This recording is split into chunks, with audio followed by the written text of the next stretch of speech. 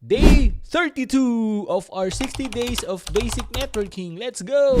Right, so we're moving on sa another lesson dito sa ating Cisco iOS module or Cisco iOS section. And on this video, pag-usapan naman natin yung tinatawag nating running config versus startup config.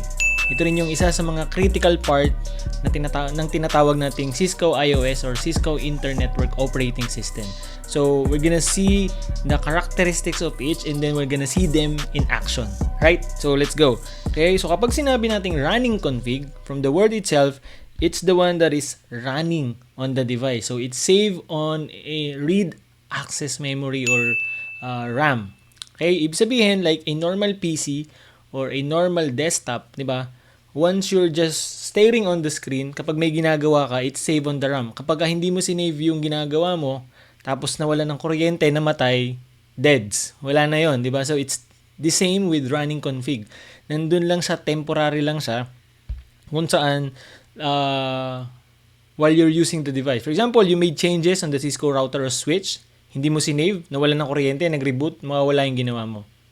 That's what we called running config. It affects the current state of the device, pero kapag na-reboot or kapag, for example, may nangyari, mawawala yon. So, it's just temporary.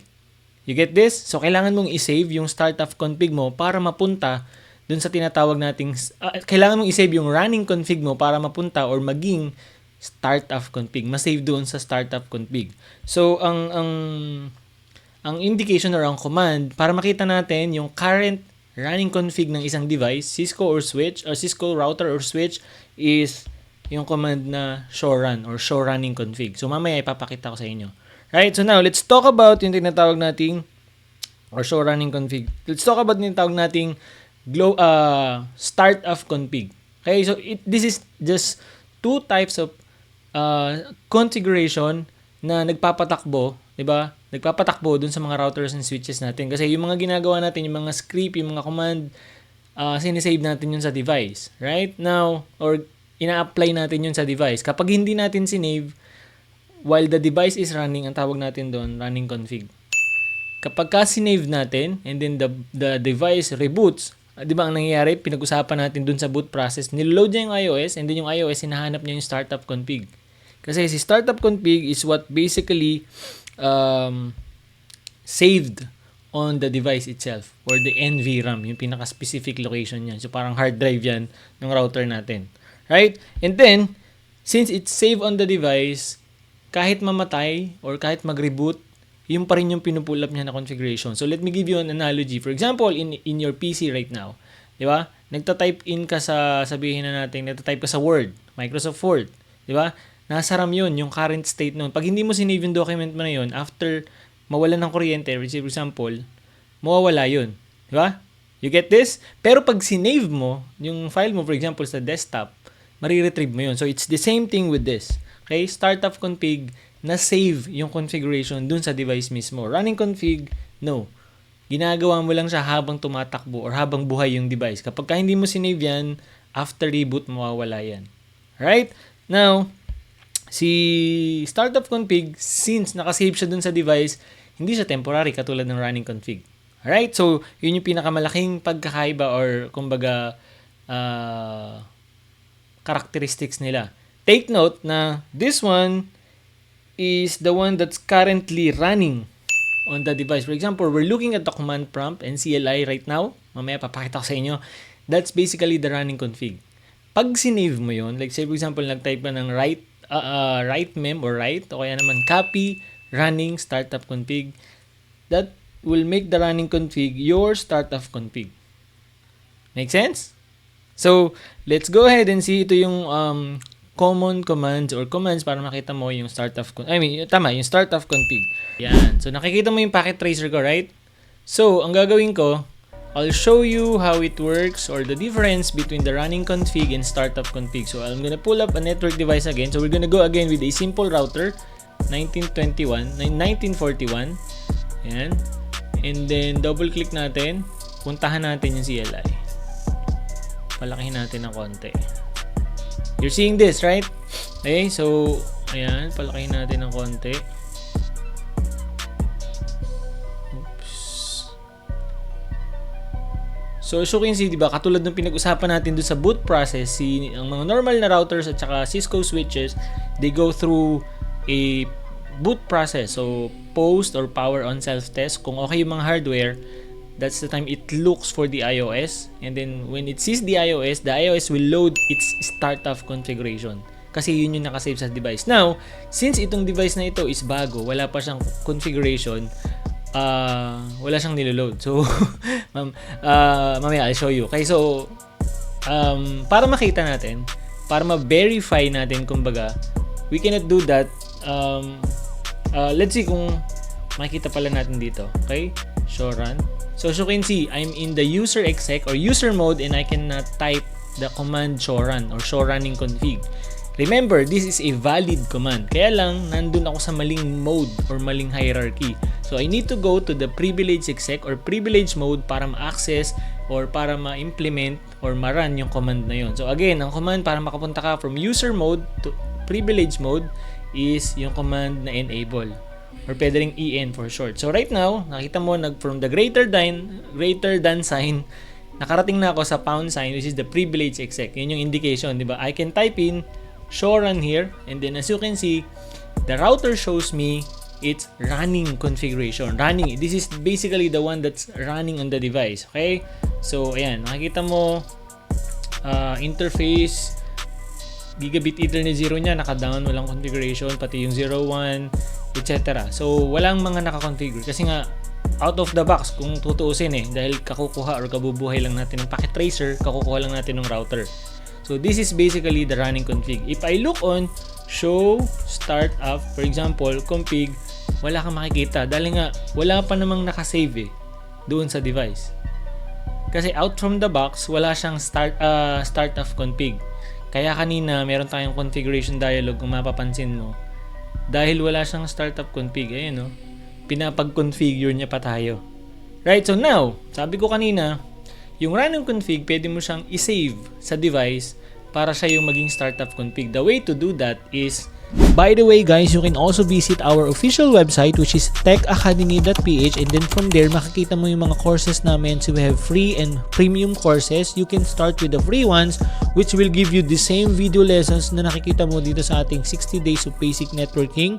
Dinagdagan lang natin yung iba as well as kinurate or inedit natin yung iba para nga mabigyan ka ng at least foundation or fundamentals. Okay, ang kagandahan when you go with techacademy.ph at tinuk mo or kinuha mo yung mga free courses, it comes with certificate of completion kapag natapos mo yung mga courses na yun. So, pwede mo yung gamitin as a reference sa resume mo, lalo na kung ikaw ay nagsisimula pa lang. Again, visit techacademy.ph and then from there, browse our courses. Okay, see you there. You just need to type in write mem o kaya naman copy. Actually, pwedeng write lang So, as you can see, it's building its configuration. Now, after I did that, show startup config, meron na ako. You get the point? Kasi nga, yung running config ko kanina, sinave ko as my startup config. So, now, kapag nag-reload ako ng device, for example, I'll type reload, and then yes, so you can see, nagre-restart siya ngayon. Hindi na ako pupunta ng configuration dialog dahil meron na akong startup config.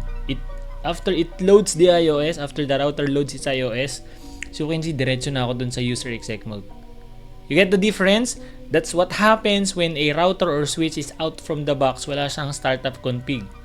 Okay? Pero, since binuhay mo siya and it's running, it has a current or sabihin na natin empty din yung running config niya, pero yun yung default na running config niya. Pag sinave mo yun yung mapupunta sa startup config mo. Let's take example. Let's do some changes again.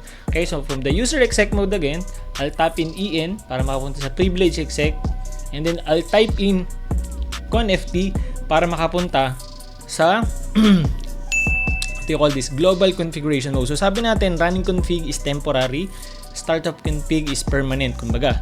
Okay, yun yung masisave sa device. Let's take for example, baguhin ko yung hostname nitong device. CCNA PH router. Ayan. So, babaguhin ko. As you can see, nabago. Diba? So, nabago yung device ko, nabago yung hostname ng device ko, pero it's still on the running config. If kung hindi ko to isi-save, after kong mag-restart, babalik siya dun sa pangalan ko, yung default na router kasi hindi ko sinave eh. Let's say for example, di ba? So, i-reload natin. Balik ako sa privilege exec. So, makikita mo na sa privilege exec, hindi tayo nagsisave. Okay, so i-reload ko uli ngayon. So, you can see ha, ang host name na natin dito, CCNA-PH router. Pero i-reload ko siya o re-restart ko siya, babalik yan sa pangalan niya na router kasi hindi natin sinave. Right? Bago pala natin i-reload, let me go ahead and show run muna. Kaya kung makikita mo, nag-show run tayo. Yan yung laman ng show running config natin. Right? So makikita mo, ang pinagkaiba niya, ang host name niya, CCNA-PH router. That's my running config kasi binago ko. Pero hindi ko pa sinisave yun. Right? Now, if I go on show start of config, kung makikita mo, ang host name ko is router. Di ba? Kasi nga hindi pa naman ako nagsisave. Ito pa rin yung kanina, yung huling sinave ko. You get the point? You get the difference? Okay? So now, let me go ahead and do a reload. So, yes. Confirm. So, magre-reload siya. And then, syempre, ilo-load niya yung iOS. Hahanapin niya yung start of config wherein yung pangalan ng device natin, hindi natin sinave, hindi natin binago. And, as you can see, nag-save ako. Ba't naging CCNA-PH router? Weird.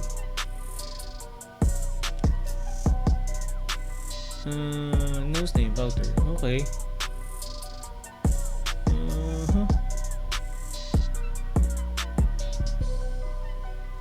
Okay, yun. So, kung makikita mo, tinanong ako kung mag-save ako.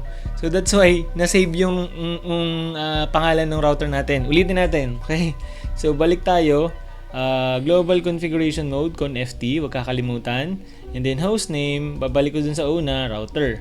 Okay? Now, ayan. So, save natin yan. Oops. And, save natin yan. Okay, so, nag-save ako. Nagsisave tayo using the write command or copy running config startup config, ganyan.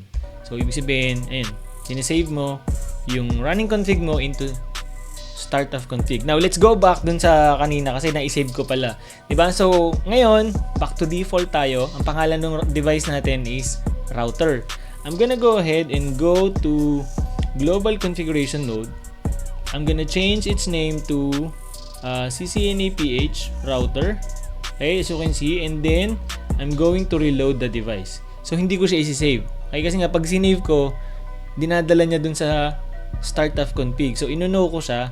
Dapat babalik siya dun sa pangalan natin na router. Because, yun yung nakasave sa device eh. Diba? Kahit binago na natin, since hindi natin sinave yung ginawa natin, ibabalik niya kung ano yung huling nakasave sa kanya. Right? So, reload. Okay, so hindi natin sinave this time. Kanina pala na i-save natin. Sorry, hindi ko napansin.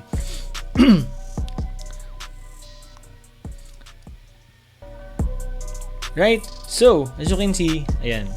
Router pa rin yung pangalan ng device natin. You get the point? Running config, startup config. When the device loads, as we've already discussed doon sa boot process, ang hinahanap niya yung startup config. Nawawala na yung running config mo kapag nag-reload ka. So, dapat kung ano yung ginawa mo, kung ano yung mga changes na in-apply mo, kung ano yung mga in-implement mong configuration, you need to save them. Para in case mag-reboot or may mangyari kay device, yun pa rin. I mean, makukuha niya pa rin yung configuration na ginawa mo. You get this? That's the difference between running config and startup config. So, you make sure na dapat lagi ka nagsisave by using write mem, ganyan, o kaya naman write para mabilis, or copy run start. Pwede rin yan. Tapos yung file name naman kahit hindi mo na baguhin. You get this? You following this? Di ba? So again, going back doon sa ating slides. Saan na yung slides natin? Okay? Wait lang ha. So going back doon sa slides natin, alam na natin. Okay, yung difference, running config is the temporary which is save on RAM. And then si startup config is the kumbaga permanent configuration or the configuration na nakasave mismo doon sa device. Ito yung niloload ng device natin after boot or after reboot. Okay? So, going back doon sa ating slides, To show the startup config, we need this command. And then to show the running config, we need this command. And then to save, we can use write mem or write or copy run start or copy running config startup config. Ibig sabihin, kinakopy mo or kinokopya mo or sinisave mo yung running config mo into the startup configuration. So that's, ibig sabihin kapag ka nag-restart, kapag ka nag-reboot, yung mga ginawa mong changes, yun pa rin yung ilo-load kasi sinave mo nung device mo. You get this? Right, so I hope this short lesson or this short video about running config and startup config gives you the fundamental knowledge na kailangan mo maintindihan para ma-differentiate yung dalawa. As we go along with configuration in the future topics, magigets mo pa yan kasi magsisave tayo eh. Magagawa tayo ng configuration, mag-i-implement tayo ng changes sa mga devices natin, sa network natin. And makikita mo kung ano yung difference ng running config, how do we save, and startup config.